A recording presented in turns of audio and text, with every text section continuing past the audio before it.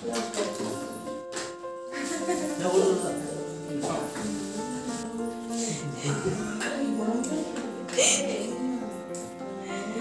সকাল বন্ধুরা, এটা হলো পরের দিন সকাল।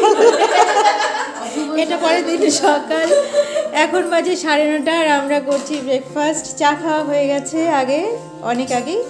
এই যে এখানে আমার হাজব্যান্ড আর আমার বোনের হাজব্যান্ড দুজন খাচ্ছে, আর এখানে আমরা সবাই, বাচ্চাগুলো বসেছে আর আমরা সবাই এখানেই বসবো। ওই যে আমার বোন, ওই যে আমার আরেক বোন,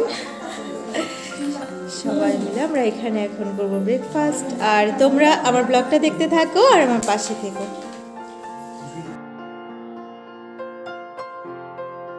বেশিরভাগ সময় আমি ভয়েস ওভার দিয়েই শুরু করি, কিন্তু আজকে আমি ভয়েস ওভার না দিয়ে অরিজিনাল ভয়েসটাই দিয়ে দিলাম। আর দেখো বন্ধুরা, এখন আমি বসছি এখানে খেতে। যা ঠান্ডা লেগেছে না, আর বোনের বাড়িতে না খুব ঠান্ডা, চা বাগানের ভেতরে তো, যার জন্য ঠান্ডাটা খুব বেশি। আর এই যে আমার আরেক বোন, ও যাচ্ছিল স্নানে, কিন্তু ওকে আটকে দিলাম যে ব্রেকফাস্টটা খেয়ে তারপর তুই স্নানে যা। তো এমনি পাকাতে বসে গেছে, ফ্লোরের মধ্যে বসে গেছে। ওকে বললাম যে না, একটা কিছু নিয়ে বস, তা নাহলে ঠান্ডা লেগে যাবে। এখন আমরা খাচ্ছি পুরি, তরকারি আর গুড়ের রসগোল্লা।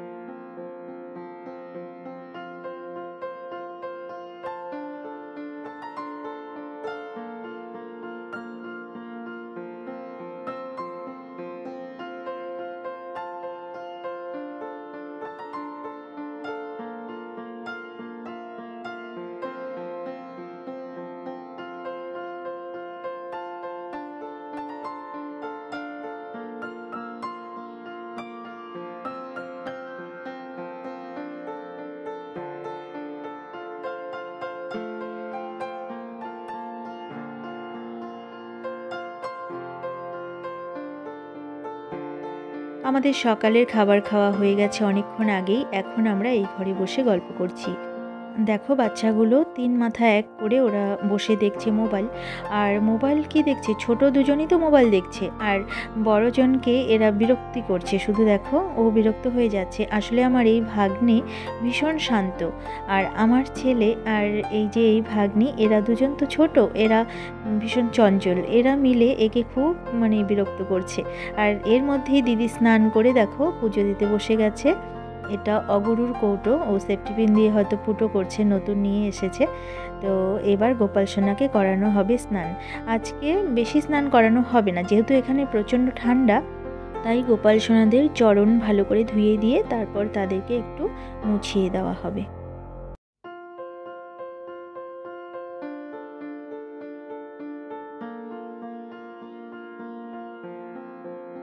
দিদির পুজো দেওয়া হয়ে গেছে, আর এই দেখো প্রসাদ এখানে রেখে দিয়েছে। আমরা এখন সবাই মিলে খাবো প্রসাদ। আর ঠাকুর পুজো দেওয়ার পর সেই জায়গাটা দিদি ভালো করে মুছে নিচ্ছে।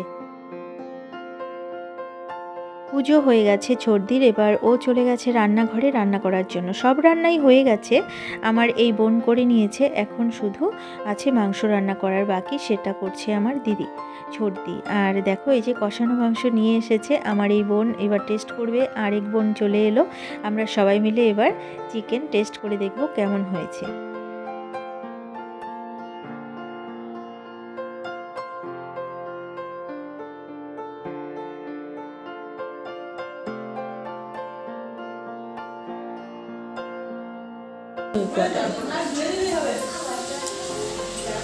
এই যে আমার দিদি রান্না করছে মাংস, মেজদি, আমার ছোট।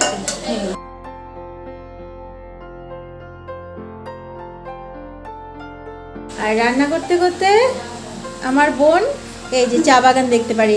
চা বাগানের মাঝখানে তো কোয়ার্টারটা, একদিকে ফ্যাক্টরি একদিকে কোয়ার্টার, আর এখানেই আর কি ফ্যাক্টরি কোয়ার্টার সবই একই জায়গায়। আর চা বাগানের মাঝে কিন্তু কোয়ার্টারটা। এই চা বাগানে আমরা বিকেলে ঘুরতে যাব। এখন শুধু এখান থেকে তোমাদেরকে দেখিয়ে দিচ্ছি। আর এটা না গাছগুলো তো এই টাইমে ছেটে দেওয়া হয়, যার জন্য তোমরা তো সবাই জানো বন্ধুরা। যে গাছ এই টাইমে ছেটে দেয়, গাছের পাতাগুলো একদম ডালগুলো শুদ্ধ প্রায় তো ন্যাড়া হয়ে গেছে, গাছগুলো এরকম লাগছে। যখন এগুলো কচি পাতা বেরোবে এগুলো থেকে, বলো তো কেমন লাগবে? দারুণ লাগবে, তাই না? আর এই দেখো সবুজ দেখতে দেখতে আমার বোন কিন্তু এখানে রান্না করে, কিন্তু আজকে মাংসটা রান্না করছে আমার দিদি ছোটদি। এই যে ছোটদি, আমার ছোটদি আর সবার মিষ্টি। এটা বোনের রান্নাঘর, আর বোনের ফ্ল্যাটটা তোমাদেরকে একটু দেখিয়ে দিচ্ছি। আর এখানে মাংস টেস্ট করা হচ্ছে।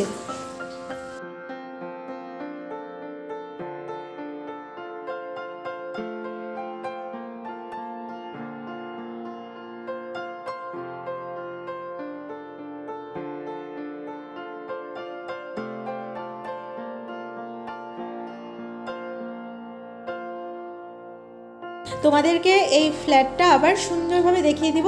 কাল যখন আমরা এলাম তখন তোমাদেরকে দেখিয়েছিলাম একবার যে ফ্ল্যাটটা কত সুন্দর করে ও সাজিয়ে রেখেছে ঘরগুলো। আর আমরা আসার পরে ওর ঘর আমরা চেঞ্জ করে দিয়েছি, একদম নোংরা হয়ে গেছে। আসলে আমরা অনেকজন একসাথে এসেছি তো, 10 জন লোক, মনে করো 10 জন লোক এসেছি ওদের বাড়িতে। আর ওরা তো থাকে 2 জন, যার জন্য ঘর একদম পরিষ্কার থাকে। আর সবাই মিলে একবারে থাকলে একটু তো নোংরা হবেই, তাই না? আর তোমাদেরকে ঘরগুলো আমি সুন্দরভাবে একটু পরে দেখিয়ে দিচ্ছি। এই সিঁড়ি দিয়ে উঠে এই দিকে ওদের ঘরের দরজা, এই যে দরজা খুলে এখন আমি যাব ভেতরের দিকে। তার আগে তোমাদেরকে দেখিয়ে দেই, এই যে সিঁড়ির যে ল্যান্ডিং, তার এখানে কোনো জানালা নেই, এখানে গ্রিল লাগানো আছে। দেখো ওই যে ফ্যাক্টরি দেখা যাচ্ছে, আর ওই দিকে গেট আছে, ওই দিকে আসতে হয় ওদের ঘরে। চলো এবার ঘরে যাই। আর ঘরে ঢুকেই প্রথমে এখানে সোফা রাখা আছে, ওই দিকে আছে ডাইনিং টেবিল। তো এই দিকটা দেখিয়ে দিই, এই যে বসার জায়গা, আমার বোন বসে আছে। আর ওয়ালটাও সুন্দর করে সাজানো, টিভিটা খারাপ হয়েছে বলে খুলে রেখেছে। আর এই যে সোফাগুলো এইভাবে সাজানো, আরও গোছানো ছিল, আমরা এসে অনেকটাই এলোমেলো করে দিয়েছি। আর এই যে এখানে ডাইনিং টেবিল রাখা আছে, আর ডাইনিং টেবিলের সোজাসুজি ওই দিকে দেখতে পাচ্ছ একটা আর্চ করা আছে, ওখানেই রান্নাঘর। চলো রান্নাঘরে যাব। তার আগে দেখিয়ে দিই, এই যে এই দিকে একটা রুম, বেডরুম, আর মাঝে বাথরুম, কমন বাথরুম, আর ওই দিকে একটা দরজা দেখতে পাচ্ছ, ওটা একটা বেডরুম। তো চলো প্রথমে রান্নাঘরটাই দেখিয়ে দিই। রান্না করা সব হয়ে গেছে, এই যে খাওয়ার টেবিলের উপরে রেখে দিয়েছে। চলো এবার রান্নাঘরটা দেখে আসি। এই যে আমার বোন গ্যাস মুছছে, রান্নাঘর পরিষ্কার করছে।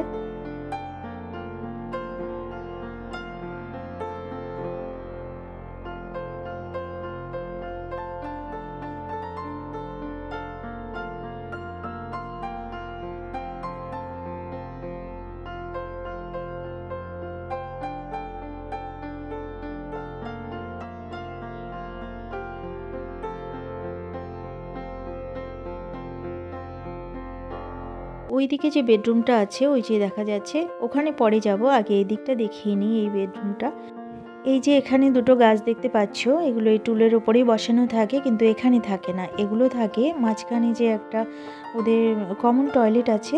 এই যে এই দরজার দুপাশে দুটো থাকে, বেশ ভালো লাগছিল দেখতে কাল রাতে, কিন্তু আজকে সরিয়ে দিয়েছে। আর এবার চলে এলাম ওদের বেডরুমে, আর আমাকেও দেখতে পাচ্ছ আয়নাতে, ওটা হলো বোর্ডের ড্রেসিং টেবিল। আর এখানে একটা টেবিল আছে, এখানে আপাতত জামা কাপড় রাখা আছে, হোম থিয়েটার রাখা আছে, ব্যাগ রাখা আছে, যেহেতু আমরা এসেছি এখানেই রেখে দিয়েছে সব কিছু এক জায়গাতে। এইদিকে একটা আলমারি, আর এইদিকে দেখো জানালা, বেশ সুন্দর, ছোটোর মধ্যে খুবই সুন্দর। আর এই বেডরুমের সঙ্গে একটা টয়লেট আছে এখানে, আর এই দিকে একটা বেলকনি আছে, সেটাও তোমাদেরকে একটু দেখিয়ে দিচ্ছি।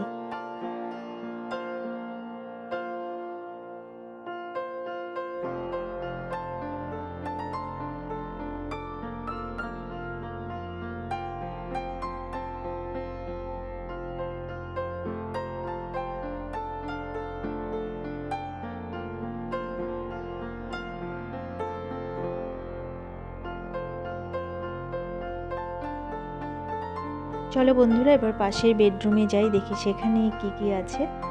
এই যে বেডরুমে ঢুকে গেছি, আর এখানেও একটা আলমারি, এই তার পাশে জানালা, একটা বেড আছে, একটা সাইড টেবিল আছে, আর আমাদের ব্যাগগুলো দেখতে পাচ্ছ, সেগুলোও কিন্তু আছে, দেখেছো কি নোংরা করে দিয়েছি। আর কিছু করার নেই, মানুষের থেকে ব্যাগ বেশি হয়ে গেছে। আর এখানে একটা ড্রেসিং টেবিল আছে, আর এখানে আছে দুটো ঠাকুরের আসন। একটাতে বোনের ঠাকুর আছে রাধা গোবিন্দ, আর আরেকটা আসন কিন্তু ফাঁকাই থাকে। ওই আসনটা নতুন কেনা হয়েছে, আর এটা তো এই কোয়ার্টারের এখান থেকেই দিয়েছে বোনদেরকে, কিন্তু সেখানে গোপুসোনা বসেছে, 2 গোপুসোনা। ভালোই হয়েছে, সেই আসনটা ফাঁকা ছিল, গোপুসোনারা পূর্ণ করে দিয়েছে। আর এবার চলো, এইদিকে একটা বেলকনি আছে, সেখানে যাই। আর প্রথমেই একটা মানি প্ল্যান্ট দেখতে পেলাম এখানে, খুব বড়। আর ওই যে গেট, ওই গেট দিয়ে আমরা ভেতরে এসেছি। আর এই যে দেখো, এখানে বনের তুলসী মঞ্চ, মানে তুলসী মাতা যে, তাকে রাখা হয়েছে। আর এইদিকে কয়েকটা পাতাবাহার গাছ আর ফুলের গাছ আছে।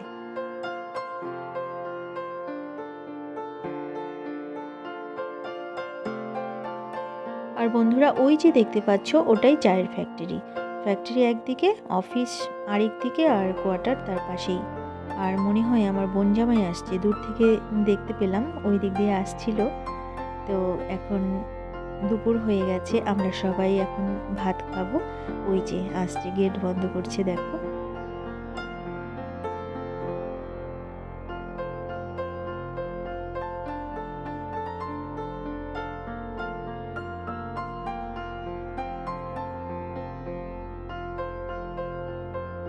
বন্ধুরা, আমার বোনের ছোট্ট নতুন সংসার তোমাদেরকে দেখিয়ে দিলাম।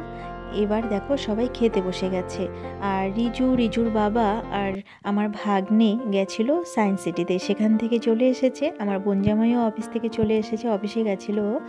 এবার খাওয়া দাওয়া করছে, ওদের খাওয়া হলে আমরা খেয়ে নেব।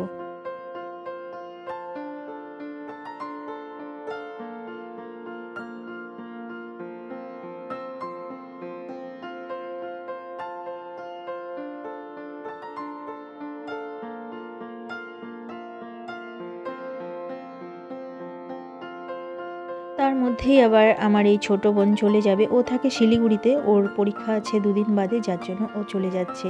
থাকতে বলেছিলাম, কিন্তু অনেক পড়া আছে, তাই ও চলে গেল। সবাই একসাথে আসলে তার মধ্যে থেকে যদি কেউ চলে যায়, সেটা কিন্তু ভালো লাগে না, তাই না? ওই যে চলে যাচ্ছে, ওরও খারাপ লাগছে, কিন্তু করার কিছু নেই। ওর যেহেতু পরীক্ষা, সেহেতু ওকে জোর করে রাখাটা ঠিক হবে না। কারণ আমরা তো জোর করে রাখবো, আমরা আনন্দ পাবো, ও আনন্দ পাবে, কিন্তু তারপরে যে ওর ক্ষতিটা হবে পড়াশোনার, সেটা কিন্তু ভালো লাগে না, তাই না?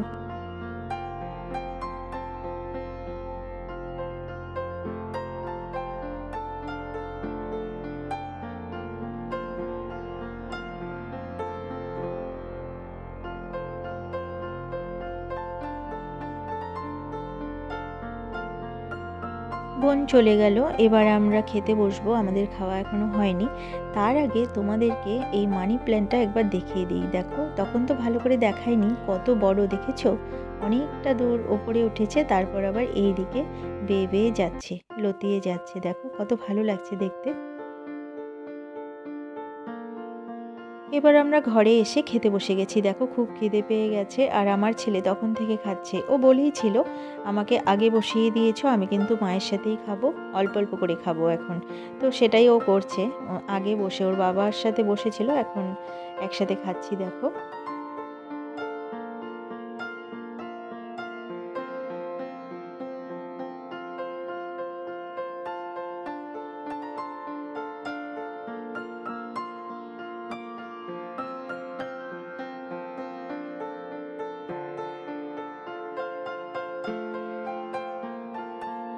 আমাদের খাওয়া হয়ে গেছে, আমরা কিন্তু একটুকু তারপর দেরি করিনি, রেডি হয়ে গেছি চটপট করে। এখন আমরা যাচ্ছি চা বাগান ঘুরতে। আজকে তেমন রোদ ওঠেনি, প্রচণ্ড ঠান্ডা, আর মনে হচ্ছে কুয়াশা পড়ে তাড়াতাড়ি কিন্তু সন্ধে নেমে আসবে, যার জন্য আমরা খেয়ে দিয়ে আর দেরি না করে বেরিয়ে পড়ছি চা বাগান ঘোরার উদ্দেশ্যে।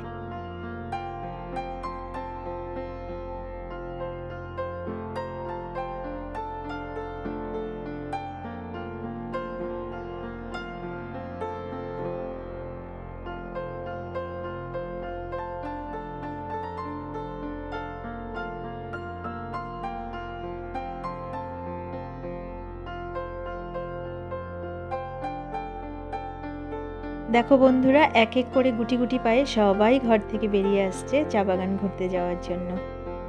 কিন্তু আমি সবার আগে বের হয়ে দাঁড়িয়ে আছি বাইরে, কারণ ভিডিও করব বলে।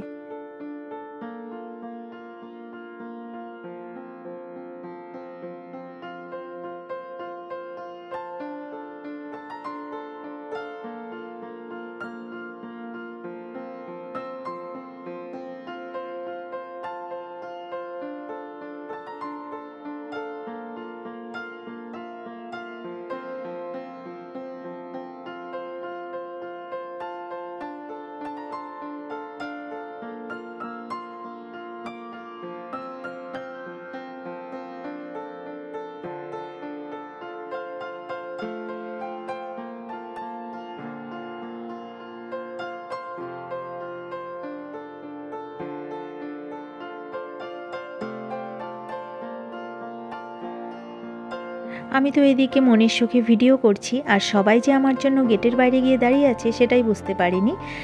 তো আমি এবার বেরিয়ে এলাম, আর আমার বোনজামাই গেটটা বন্ধ করে দিল। চলো এবার চা বাগান ঘুরে দেখি, আর তোমাদেরকেও একটু দেখানোর চেষ্টা করি। চা বাগানে এমনি দেখার কিছু নেই, কিন্তু চা বাগানের একটা সৌন্দর্য আছে, সেটা কিন্তু খুবই ভালো লাগে। আসলে প্রাকৃতিক সৌন্দর্য কার না ভালো লাগে বলো? কিন্তু এই গাছগুলো যদি সবুজ থাকতো এটা আরও বেশি ভালো লাগতো, কিন্তু ছেটে দেওয়া হয়েছে তাই একটু শুকনো শুকনো লাগছে, তাই না?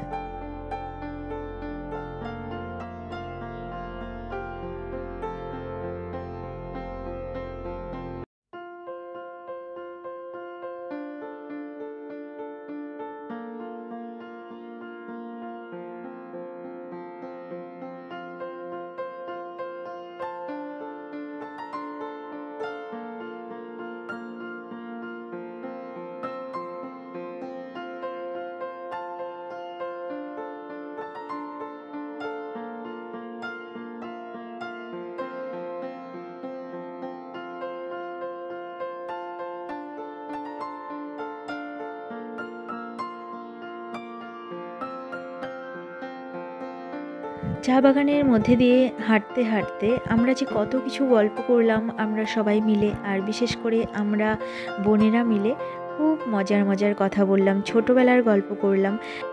আমি কি করতাম জানো তো, এই যে আমার লাল চুড়িদার পরা বোনটা আছে না, এই বোনকে যখন আমাদের বাড়ি আসতো, ছোট ছিল, আমিও ছোট ছিলাম, ওকে দুষ্টুমি শিখিয়ে দিতাম, দুষ্টুমিগুলো করতো, আর বাবা খুব বকতো, ওকেও বকতো আমাকেও বকতো, ভীষণ মজা পেতাম সেগুলো। ও আমাকে বলছিল একটু আগে, স্মৃতিচারণ করছিল, আর ভীষণই ভালো লাগছিল শুনতে, কারণ ছোটোবেলার যে ভাই বোনের খুনসুটি সেগুলো কিন্তু ভোলার নয়, তাই না? আমরা হাঁটতে হাঁটতে অনেকটা দূর চলে এসেছি, আর এখানে দেখো চা বাগানটা বেশ ঢেউ খেলানো, ওইদিকে নিচু আর এদিকটা উঁচু, খুব সুন্দর লাগছে দেখতে।